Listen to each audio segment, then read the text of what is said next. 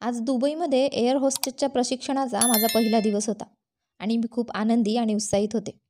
प्रदीर्घ प्रतीक्षेनंतर शेवटी तो दिवस आला जेव्हा मी माझ्या स्वप्नांच्या दिशेने पहिले पाऊल टाकले. माझ्यासोबत अजून 4 मुली होत्या आणि आजपासून आमच्या ग्रुपची ट्रेनिंग सुरू होत होती. आमच्या आधी 2 गटांनी प्रशिक्षण पूर्ण करून यशस्वी ठरले होते आणि आज तिसरा म्हणजे आमचा ग्रुप मैदानात उतरला होता. मी खूप दिवस या दिवसाची वाट पाहत होते. तो दिवस कधी येईल जेव्हा आमचे प्रशिक्षण सुरू होईल. आम्हा सर्व मुलींना तयार होण्यासाठी फक्त अर्धा तास देण्यात आला होता. अर्ध्या तासात आम्ही सर्व मुली तयार होऊन खाली पोहोचलो. खाली पोहोचल्यावर मॅडमने आम्हा चौघांना गाडीत बसण्याचा इशारा केला. ती गाडी आणि ड्रायव्हर मला खूप विचित्र वाटत होते, पण मॅडमचे बोलणे आम्ही टाळू शकलो नाही. म्हणून आम्ही सगळे गुपचूप गाडीत बसलो. आमची गाडी विमानतळाऐवजी अनोळखी वाटेकडे जाताना पाहून मी हैराण झाले आणि समोर बसले. मी माझ्या मॅडमला विचारले, "मॅडम, आपण कुठे जात आहोत?" माझ्या या प्रश्नावर तिने सावधपणे सांगितले की हे तुमचे शहर नाही तर दुबई आहे. येथील प्रशिक्षणाचे नियम वेगळे आहेत, म्हणूनच शांत बसून राहा. मॅडमची खरडपट्टी ऐकून मला इतर मुलींसमोर लाज वाटली. यानंतर मी तोंडातून एक शब्दही काढला नाही आणि संपूर्ण मार्गात शांत राहिले. गाडी बराच वेळ पुढे जात राहिली आणि मग एका विशिष्ट ठिकाणी थांबली. आपण कुठे आलो आहोत याचा धक्काच बसला. ट्रेनिंग मॅडमने आम्हा सर्वांना गाडीतून खाली उतरण्याचा इशारा केला आणि आम्ही तिच्या मागोमाग आत गेलो. या अपार्टमेंटमध्ये बहुतेक अंधार पडला होता. काही वेळाने मॅडमचे 3 सोबती तिथे आले. त्यांच्या हातात एक मोठा ट्रे होता ज्यावर काही बाटल्या ठेवल्या होत्या. मॅडम म्हणाली, "तुम्हाला काही दिवस ट्रेनिंग आधी 2 आठवडे चाचणी द्यावी लागेल. सगळ्या चाचण्या पार करून आणि मग आतापासून अजून एक चाचणी पार करूनच आपण इथपर्यंत कसल्या तरी कसोटीवर पोहोचलो याचे मला आश्चर्य वाटले." ती मॅडम म्हणाल्या, "तुमची हिंमत आणि सहनशीलता तपासण्यासाठी ही परीक्षा आहे. कारण एअर होस्टेसमध्ये हिंमत आणि सहनशीलता असल्याशिवाय ती कधीच एक चांगली आणि यशस्वी एअर होस्टेस बनू शकत नाही." मी मनातल्या मनात म्हटलं की मी मॅडमवर उगाच संशय घेत होती. ती बरोबर आहे. मला का माहीत नाही खूप शंका घेण्याची सवय होती. माझी 6वी इंद्रिय मला लोकांच्या प्रत्येक लहान मोठ्या मुद्द्यावर सिग्नल द्यायला लागत होती आणि माझ्या या सवयीचा मला खूप फायदाही झाला होता. मी अनेक वेळा आणि अनेक ठिकाणी हानीतून बचावले होते. पण इथे मी या सगळ्याकडे दुर्लक्ष करायला हवे होते. हा माझा भारत देश नव्हता जिथे मी प्रत्येकावर संशय घेत राहील आणि माझ्या मनात येणाऱ्या चुकीच्या प्रश्नांनी सर्वांना त्रास देत राहील. हे दुबई होते. व्यावहारिक लोकांचे शहर होते. मी इथे काळजी घ्यायला हवी होती. आम्ही शांतपणे उभे राहून मॅडमचे बोलणे ऐकत होतो.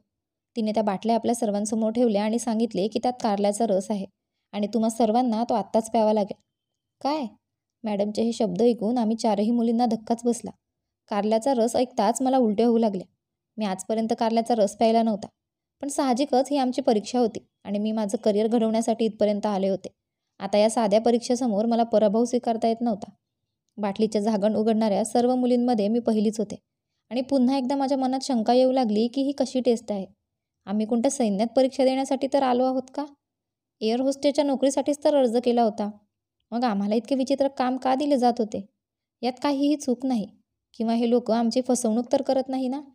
पण मग मला त्या सगळ्या मुलींचे चेहरे आठवले जे आमच्या आधी ग्रुपमध्ये होते आणि जे पासआउट झाले होते आणि आता मला प्रत्येक परीक्षा उत्तीर्ण होऊन एक चांगली एअर होस्टेस व्हायचे होते आणि हे माझे स्वप्न आणि गरजही होती. मॅडम म्हणाल्या होत्या की लवकरच त्या सर्व मुली ड्युटीवरही रुजू होतील. म्हणूनच मी स्वतःला धीर दिला आणि बाटलीचे झाकण उघडले आणि त्यातून एक चुस्की घेतली. पण पुढच्या क्षणी मी ते थुंकले. इतकं कडू काय होतं? मला असे पाहून मॅडम रागावल्या आणि म्हणाल्या, "आता जर तू ही बाटली 1 मिनिटात रिकामी केली नाही तर मी तुझे परतीचे तिकीट मिळवून देईल." रसाच्या कडूपणामुळे मी माझे नाक जोरात चिमटीत केले आणि एका घोटात सर्व रस पिऊन बाटली रिकामी केली. मला पाहून इतर मुलींनीही ज्यूस पिण्यास भाग पाडले. तो ज्यूस प्यायल्यावर अचानक माझ्या मनात कात का फिरली हे समजत नव्हते. मी डोळे उघडे ठेवण्याचा खूप प्रयत्न केला पण डोळे मिटले होते. या कडवट रसात असे काय होते माहीत नाही की माझ्यासमोर जमीनच फिरत असल्याचा भास झाला. मी कदाचित काही वेळात खाली पडले असते. पण मॅडमने आपल्या नोकरांना इशारा केला आणि या मुलींना एका अंधाऱ्या खोलीत सोडण्यास सांगितले आणि त्याचवेळी त्या आणखी काही बोलत होत्या. पण ते ऐकण्याआधीच माझे भान हरपले होते. भारतातील एक गरीब मुलगी एअर होस्टेस बनण्यासाठी दुबईला आली होती. तिचे स्वप्न पूर्ण करण्यासाठी आली होती. तिला स्वतःच्या पायावर उभे राहायचे होते. तिला तिच्या कुटुंबासाठी काहीतरी करण्याची इच्छा होती. आता ती परदेशातील इतर लोकांच्या दयेवर होती. माझे नाव सीमा आहे आणि माझा जन्म एका गरीब कुटुंबात झाला आहे. माझ्यात एकच गुण होता की गरीब असूनही मी परीसारखे दिसत होती. मी खूप सुंदर होते. ज्याने मला एकदा पाहिले तो माझ्याकडे पाहतच राहील. मी लहानपणापासूनच सुंदर होते. मला माझ्यापेक्षा लहान इतर 4 बहीण भाऊ होते. गरीब असूनही माझ्या वडिलांनी आयुष्यभर काबाड कष्ट करून आम्हा बहिणींना आणि भावांना शिकवले आणि एक वडील म्हणून त्यांनी आपल्या सर्व जबाबदाऱ्या अतिशय चांगल्या पद्धतीने पार पाडल्या. माझ्या वडिलांनी मोठे मूल असल्याने माझे अनेक त्रास सहन करून मला राजकुमारीसारखे वाढवले. मी नुकतेच MA पूर्ण केले होते तेव्हा एके दिवशी माझ्या वडिलांना ताप आला आणि ते बेडवर पडून राहिले.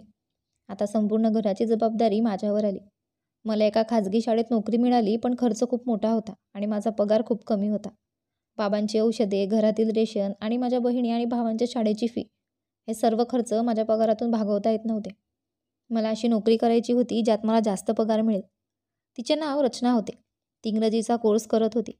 जेव्हा तिला माझ्या घरची माहिती मिळाली तेव्हा तिने मला सांगितले की हा कोर्स करून ती देशाबाहेर जाणार आहे. त्यात खूप पैसा आहे. तुम्ही पण परदेशात नोकरी शोधावी. तुम्ही सुंदर आहात आणि सुशिक्षितही आहात.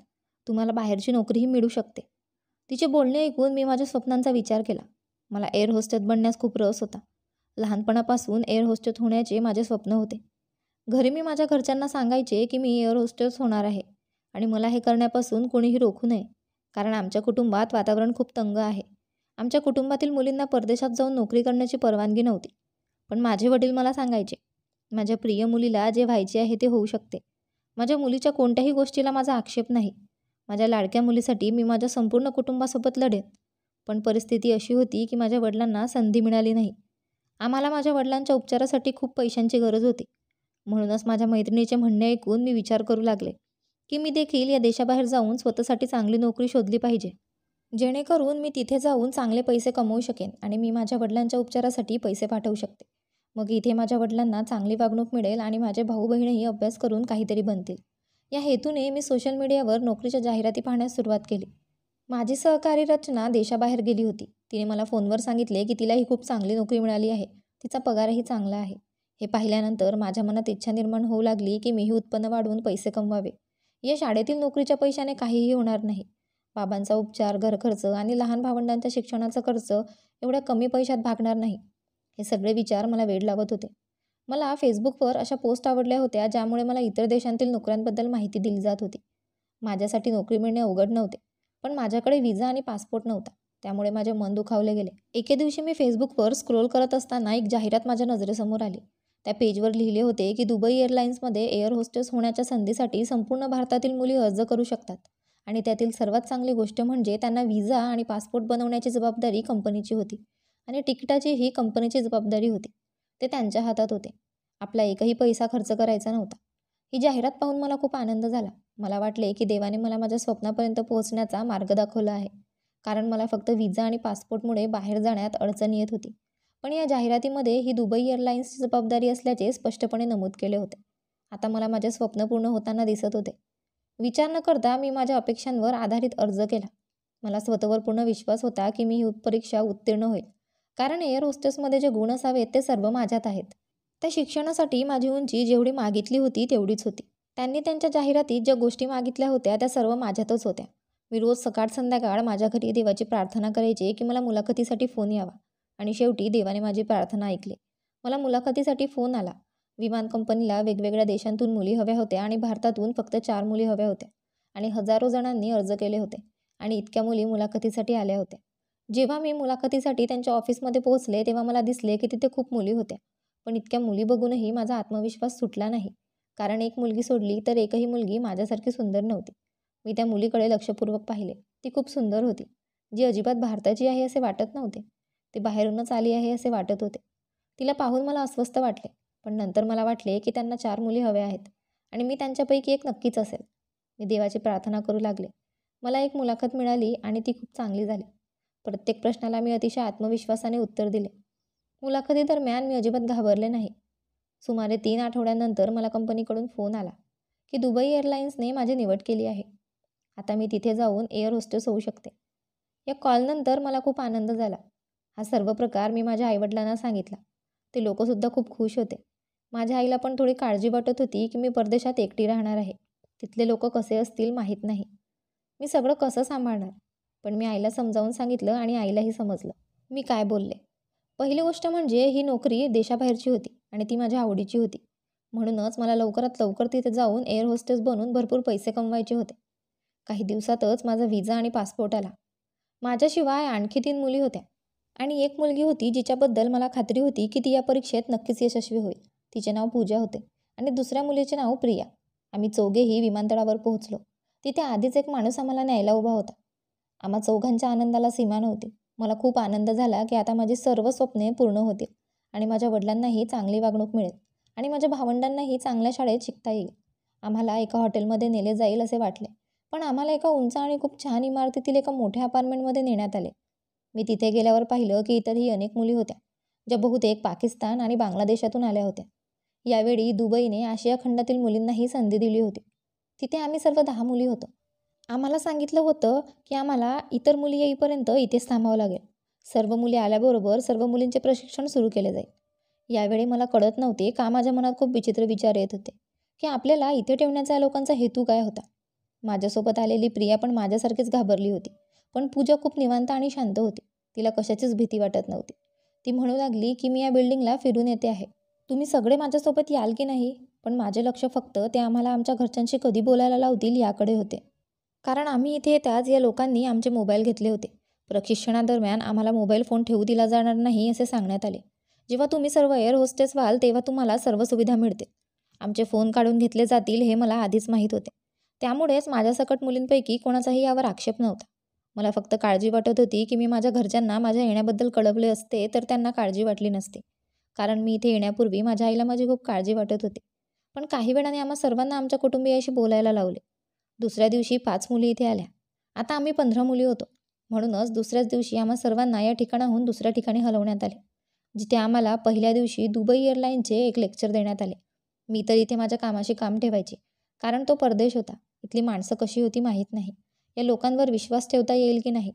पण पूजा सर्व मुलींशी मैत्री करण्याचा प्रयत्न करत होती आणि ती बहुतेक आम्ही जिथे होतो त्या गार्डशी गमतीने बोलायची. एक दिवस लेक्चर दिल्यावर आणखी 2 दिवस असेच गेले. आम्हाला सांगण्यात आले की अभ्यासक्रमात जे काही नमूद केले आहे ते तुमच्याकडून विचारले जाईल. म्हणूनच मी माझी सर्व तयारी व्यवस्थित केली होती, कारण मला कोणत्याही किमतीत एअर होस्टेस बनून माझ्या कुटुंबासाठी काहीतरी करायचे होते. दुसऱ्या दिवशी 5 मुलींची निवड झाली आणि या 5 मुलींना आधी प्रशिक्षण मिळेल असे सांगण्यात आले आणि या 5 मुलींनंतर दुसऱ्या गटाची पाळी येईल आणि आम्ही भारतीय मुली तिसऱ्या गटात आहोत असे सांगितले गेले. मला समजले नाही की काय प्रकरण आहे की आम्ही सर्व मुली एअर होस्टेस बनण्यासाठी आलो आहोत. मग ग्रुप का बनवला जात आहे आणि आमचे ट्रेनिंग केले जात आहे. पूजाने मला समजावून सांगितले की हा आपला देश नाही. या लोकांविरुद्ध काहीही चुकीचे बोलू नको. कदाचित इथे असेच प्रशिक्षण दिले जाते. मला माहीत नाही की हे कोणी ट्रेनर्सला कळवले होते की आमच्या मॅडमने मला फटकारले आणि सांगितले की जर तुम्हाला आमच्यावर इतका संशय येत असेल आणि तुम्हाला एअर होस्टेस बनायचे नसेल तर तुम्ही तुमच्या देशात परत जाऊ शकता. आणि तिने मला सगळ्यांसमोर खूप शिव्या दिल्या आणि फटकारले. खूप अपमानित होऊन मी परत आले. त्यांना आमच्या संभाषणाची माहिती कशी मिळाली ते मला कळले नाही. पूजा म्हणाली, मी तुला आधीच समजावलं होतं. तू असं काही केलंस तर हे लोक तुला हद्दपार करतील. इथल्या या सगळ्या मुलींमध्ये त्यांना या ठिकाणाची बातमी देणारी एक मुलगी नक्कीच आहे. म्हणूनच तू सतर्क राहा. मी मनात म्हणाले, कुणास ठाऊक तूच ती मुलगी आहेस जी त्यांना सर्व काही सांगते. पूजाची ही कृती मला फार विचित्र वाटली. ती दिवसभर त्या लोकांच्या मागे फिरत राहायची. ती त्या लोकांची नेहमी स्तुती करायची आणि त्यांच्या प्रत्येक गोष्टीला ती मान्य करायची. यामुळेच तिला तिसऱ्या गटातून काढून पहिल्या गटात समाविष्ट करण्यात आले. त्यांचे प्रशिक्षण काही दिवसात सुरू होणार होते. मला पुन्हा एकदा या लोकांच्या कृतीबद्दल शंका येऊ लागली. पहिल्या गटातील मुलींचे प्रशिक्षण आमच्याकडून लपवून आणि इतर ठिकाणी छुप्या पद्धतीने का केले जात आहे असा प्रश्न मला पडला होता. तर आम्हाला एकत्र प्रशिक्षण द्यायला हवे होते. त्या मुली 2 आठवड्यांनी परत आल्यावर मी पूजाला विचारले, ट्रेनिंगमध्ये काय चालले आहे ते सांग. ती माझ्याकडे झुकली आणि माझ्या कानात कुजबुजायला लागली की आमच्यासोबत ट्रेनिंगमध्ये काय झालं मी तुला सांगेल, पण तू कुणाला सांगू नकोस. मी लगेच हो म्हणाली. तू सांग, मी कुणाला काही सांगणार नाही. तू माझ्यावर पूर्ण विश्वास ठेवू शकतेस. मला शंका होती की जिथे काही खास गोष्टींचे प्रशिक्षण दिले जात आहे का, जे इतर मुले तिथे येऊ शकत नाहीत म्हणून सांगण्यास मनाई होती. ती मला सर्व काही सांगणार होती तेव्हा अचानक मला तिच्या कपड्यांच्या कंपनाचा आवाज आला. मी तिच्याकडे संशयाने पाहिल्यावर ती घाबरून पटकन माझ्यापासून उठली आणि निमित्त करून वॉशरूमच्या दिशेने निघून गेली. तिने आपला मोबाईल फोन कपड्यात लपवून ठेवल्यासारखे वाटले. पण हे कसे होऊ शकते? या ठिकाणी कडक बंदोबस्त ठेवण्यात आला असून कोणालाही मोबाईल फोन ठेवण्याची परवानगी नव्हती. आमच्या मॅडम खूप कडक होत्या. मग मला वाटले की तिच्याकडे मोबाईल असू शकत नाही हा माझा गैरसमज असावा. पण ज्या प्रकारचे व्हायब्रेशन तिच्या मोबाईलमधून ऐकू आले आणि ज्या प्रकारे ती उठून घाबरून माझ्यापासून दूर पळाली तिच्यात नक्कीच काहीतरी गोंधळ होता. हा सगळा विचार करून मी तिच्या मागोमाग वॉशरूममध्ये गेले, कारण ती इकडे तिकडे धावली. मग मी दरवाजाला कान लावले आणि गुपचूप ती काय करते ते ऐकू लागली. ती वॉशरूममध्ये गेली होती आणि मला तिथून एक मंद आवाज ऐकू आला. ती कोणाशी काय बोलत होती हे मला समजत नव्हते. मग अचानक दरवाजा उघडला आणि मी लगेच मागे सरकले. मला गुपचूप तिची अशी हेरेगिरी करताना पाहून तिला राग आला आणि म्हणाली, तू माझी हेरेगिरी करत आहेस? मी म्हणाली, मी कुणाला काही सांगणार नाही. फक्त मला माझ्या पालकांना एक वेळा बोलायला लाव. माझे बोलणे ऐकून ती हसली आणि म्हणाली, आता तुला पाहिजे तसे कोणाशीही बोलू शकतेस. कारण आता काही फरक पडत नाही. कारण माझे सर्व पेपरवर्क पूर्ण झाले आहे आणि मी लवकरच ड्युटी जॉईन करणार आहे. तिने मला माझ्या पालकांशी बोलायला लावले. कदाचित हा मोबाईल तिच्या गार्डने आणला असावा, ज्याच्याशी ती सतत बोलायची. पूजा खूप सुंदर मुलगी होती आणि लवकरच एअर होस्टेस बनणार होती. मग मला कळत नाही का ती त्या गार्डच्या मागे लागली होती. या गार्डने पूजाला कोणत्या तरी युक्तीने आपल्या ताब्यात घेतले असावे असे मला वाटले. नाहीतर एवढी सुंदर मुलगी जी एअर होस्टेस बनणार होती ती नीच गार्डला का पडेल? एके रात्री मला अचानक जाग आली आणि लक्षात आले की पूजा माझ्याबरोबर नाही. रात्रीच्या वेळी ती कुठे गेली होती याचे मला आश्चर्य वाटले. मी डोळे चोळत बेडवरून खाली उतरली आणि पूजाला बघायला रूममधून बाहेर पडले. समोर जे दिसले ते पाहून मला धक्काच बसला. ते दोघेही बाहेरून येत होते. पूजाने अगदी हळुवारपणे दरवाजा बंद केला आणि गार्डला मिठी मारली आणि परत खोलीत येऊ लागली. मी पटकन माझ्या जागेवर जाऊन आडवी झाली. रात्रीच्या वेळी हे दोघेही बाहेरून येत होते. पण ती काय करायला बाहेर पडली? आणि तीही या गार्डसोबत? खरं तर इथून आम्ही लोक बाहेर जाऊ शकत नव्हतो. आम्ही आमच्या कर्तव्यात रुजू होईपर्यंत इथून बाहेर पडू शकत नव्हतो. म्हणूनच पूजाने तिच्या फिरण्यासाठी खूप चांगला मार्ग निवडला होता. कदाचित त्यामुळेच तिने या गार्डला पसंत केले होते, जेणेकरून ती मोकळेपणाने फिरू शकेल. पण हे सर्व चुकीचे होते. म्हणूनच मला वाटले की सकाळ होताच मी तिला समजावून सांगेल की ती ज्या मार्गावर चालली आहे ते योग्य नाही. पण तसे झाले नाही. पहिल्या गटातील मुलींचे प्रशिक्षण पूर्ण झाले आणि दुसऱ्या दिवशी ते तिथून निघाले. आता मागे मुलींचे 2 गट होते. मला पूजाला तिच्या प्रशिक्षणाबद्दल विचारायचे होते. पण दुर्दैवाने मला तिच्याशी बोलण्याची संधी मिळाली नाही आणि ती निघून गेली. जरी ती म्हणाली होती की मी तिला सर्व काही सांगेन. पूजा खूप छान मुलगी होती. मला पुन्हा एका गोष्टीचे आश्चर्य वाटले की पूजा निघताच तेथील गार्डही बदलला होता.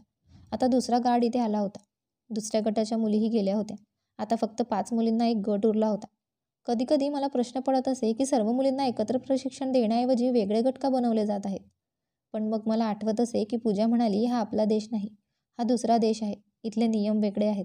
आणि जेव्हा मी पहिल्यांदा प्रश्न विचारला तेव्हा मॅडमने सगळ्यांसमोर माझा खूप अपमान केला होता. त्यामुळेच आता तिला पुन्हा काही विचारून मी स्वतःला अडचणीत आणू शकत नव्हती. आता मला दुसऱ्यांदा सर्वांसमोर माझा अपमान करायचा नव्हता आणि इथून परत जायचेही नव्हते. त्या दिवसापासून मला कळलं की आतल्या गोष्टीही मॅडमपर्यंत पोहोचतात. त्या दिवसापासून मी माझ्या तोंडून असे काहीही उच्चारले नाही. कारण आमच्यात मॅडमचा इन्फॉर्मर कोण होता हे मला माहीत नव्हते. आता इतक्या दिवसांनी आमची पाळी आली होती आणि ट्रेनिंगच्या नावाखाली आम्हाला कडू कारल्याचा रस दिला होता. ते प्यायल्यावर मला नकळत झोप लागली की दुसऱ्या दिवशीच डोळे उघडले. झोपेतून उठल्यानंतर काही वेळ काय झाले ते समजलेच नाही. मग जेव्हा मला सर्व काही आठवले तेव्हा मला धक्काच बसला. आतापर्यंत घडलेल्या सगळ्या गोष्टी आठवल्या. मी उभे राहण्याचा प्रयत्न केला तेव्हा मला चक्कर आली आणि खाली पडली. आता प्रशिक्षणाच्या नावाखाली हा सगळा मूर्खपणा आपल्यासोबत काय चालला आहे अशी शंका मनात येत होती. अचानक माझ्या खोलीत कोणीतरी आले. मी पाहिलं तर पूजाला वेड लावणारा तोच गार्ड होता. तो माझ्याकडे आला आणि म्हणाला की आजपासून तू तो रस पिऊ नकोस, तर तो सांडण्यासाठी काहीही कर. त्याने मला मदत केली आणि मला प्यायला पाणी दिले आणि मी पुन्हा शुद्धीवर आले. मी म्हणाली, तुला माझी मदत का करायची आहे? तो म्हणाला, पूजाने मला सांगितले होते. मी विचारले, तू भारतीय दिसतोस, तू इथे कसा आलास? मी नोकरीच्या शोधात भारतातून दुबईला आलो असल्याचे तो मला सांगू लागला. पण ती त्या गेल्यावरही मला नोकरी मिळाली नाही. मला इथे छोटीशी नोकरीही मिळू शकली नाही. इथे मी माझ्या मित्रासोबत राहत होतो. आता तो पण मला कंटाळला होता कारण इथे येऊन 1 महिना झाला होता. मला कोणतीही नोकरी मिळू शकली नाही. त्यामुळे माझ्याकडे असलेले पैसेही संपले. माझी सर्व कागदपत्रे पूर्ण झाली होती आणि मी कायदेशीररित्या इथे आलो होतो. मला भारत सोडायचा नव्हता. पण वाढत्या महागाईमुळे मी इथे आलो. ते माझ्या आणि माझ्या कुटुंबाच्या चांगल्या भविष्यासाठी. आणि इथेही बेरोजगारी होती. एके दिवशी मी हातात कागदपत्रके घेऊन रस्त्याची धूळ चाळत होतो. मी रस्त्याने चालत असताना अचानक एका बाजूने एक माणूस धावत माझ्याजवळ आला. त्याच्या मागे एक मुलगी त्याला चोर चोर म्हणत धावत होती.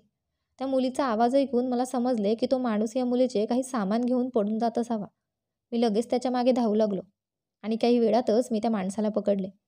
तोपर्यंत ती मुलगीही आमच्यापर्यंत पोहोचली होती. तिने माझे आभार मानले आणि यावेळी पोलिसांना बोलावून या माणसाला त्यांच्या स्वाधीन केले. हे सर्व केल्यानंतर तिने पुन्हा माझे आभार मानले. ती मुलगी पूजा होती. मग त्या दिवसानंतर मला नोकरीची गरज नव्हती, कारण मी पूजासाठी काम करू लागलो. आता मी तुला पूजाबद्दलचे सत्य सांगण्यासाठी येथे आलो आहे. तो मला काही सांगायच्या आधीच बाहेरून अचानक आवाज आला. आवाज ऐकून सगळे उठले. या कारणामुळे त्याला खोलीतून पडून जावे लागले. तो गेल्यावर काय होतं या विचाराने मी गोंधळून गेली होती. मला काहीच समजत नव्हते. नुसता गोंधळ उडाला. आता मला भीती वाटू लागली. इथे येऊन मी काही चुकीचा निर्णय घेतलाय की काय असा प्रश्न पडत होता.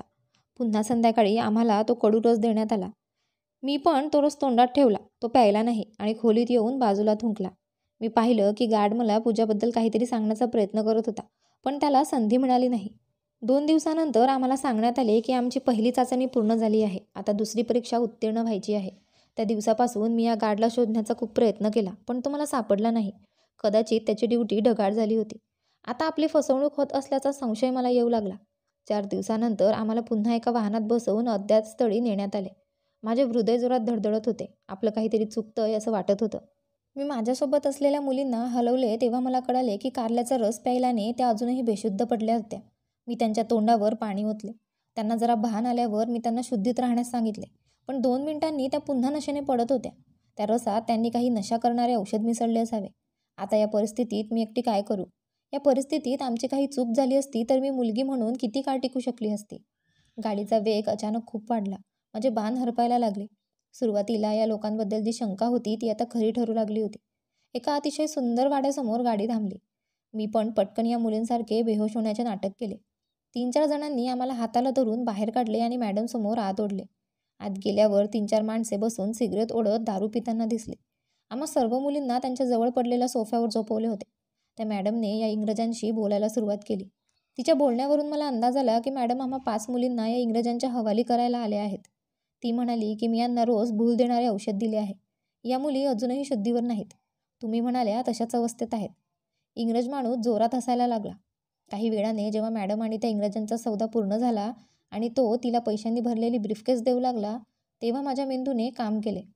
कारण कुणीही आमच्याकडे पाहत नव्हते. मी माझ्या जवळ उभ्या असलेल्या गार्डच्या पॅन्टमधून पिस्तूल काढले आणि त्या सर्वांकडे दाखवले. लगेच तिथे उभ्या असलेल्या सर्व रक्षकांनी आपली पिस्तूल आमच्या दिशेने वळवले. आमच्या मॅडम असलेल्या महिलेला टार्गेट करत मी तिला विचारले आमचे पासपोर्ट कुठे आहेत, कारण विमानतळावरून उतरताच आमचे पासपोर्ट आमच्याकडून काढून घेतले गेले होते. मी तिच्याशी बोलत होते तेव्हा अचानक त्या इंग्रजाने धूर्तपणा दाखवला आणि धावत येऊन माझ्या हातातील पिस्तूल हिसकावून घेतले. मी माझ्या पिस्तुलाला हात लावू नये म्हणून खूप प्रयत्न केले, पण मी एक मुलगी होते आणि तो पुरुष होता. त्याने हिंमत दाखवत माझ्याकडून पिस्तूल हिसकावून घेतले. वळण पुन्हा एकदा त्यांच्या हातात होतं.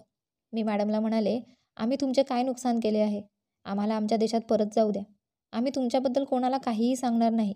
त्या बाईने माझ्या तोंडावर जोरात चापट मारली आणि म्हणाली की इतके दिवस नियोजन करून आणि इतके पैसे खर्च करून मी तुला तुझ्या देशात परत पाठवण्यासाठी इथले आणले नाही. त्यापेक्षा मी तुला इथे या इंग्रजाकडे सोडते. तो तुम्हा 5ही जणींना इथे कायमचा ठेवील आणि तुम्ही या महलात कायमचे कैदी राहाल. आता तुम्ही लोक तुमच्या आईवडिलांकडे तुमच्या देशात जाण्याचा विचार सोडून द्या. आता तुम्ही लोक नेहमी इथेच राहाल. मी पूर्णपणे गोंधळून गेले होते. सत्य न कळता मी इथे आले. ही माझ्या लोभाची शिक्षा होती. खरं तर मीच नाही तर इतर मुलीही इथे आल्या होत्या. त्यामुळे सगळ्यांची फसवणूक झाली का? ती म्हणाली, हो. आधीच्या मुलींना आम्ही त्यांच्या स्थळी आधीच नेले आहे. आता फक्त तुझा 5 मुलींचा ग्रुप राहिला होता. आम्ही तुम्हाला फसवून इथे बोलावले आहे, जेणेकरून आम्ही तुमचा सौदा करू शकू आणि तुम्ही सर्व मूर्ख मुली नोकरीच्या आमिषाने सत्य न कळता आमच्या बोलण्याने येथे आला आहात. आज मी तुला या इंग्रजांच्या स्वाधीन केले. आता मी निघत आहे. तुम्ही लोक इथेच राहा. नोटांनी भरलेली बॅग उचलून ती निघणार होती तेवढ्याच समोरून आवाज आला, मॅडम तुम्हाला एवढी घाई का झाली आहे? समोर उभी असलेली पूजा पाहून मला आश्चर्य वाटले. पण त्यांच्यासोबत अनेक पुरुष होते आणि त्या सर्वांच्या हातात बंदुका होत्या. मॅडम पूजाला पाहून ती थक्क झाली. ती म्हणाली, मी तर तुला विकले होते ना. तू इथे कशी आहेस? त्या माणसाच्या तुरुंगातून तू कशी सुटलीस? तिथून बाहेर पडणं अशक्य होतं.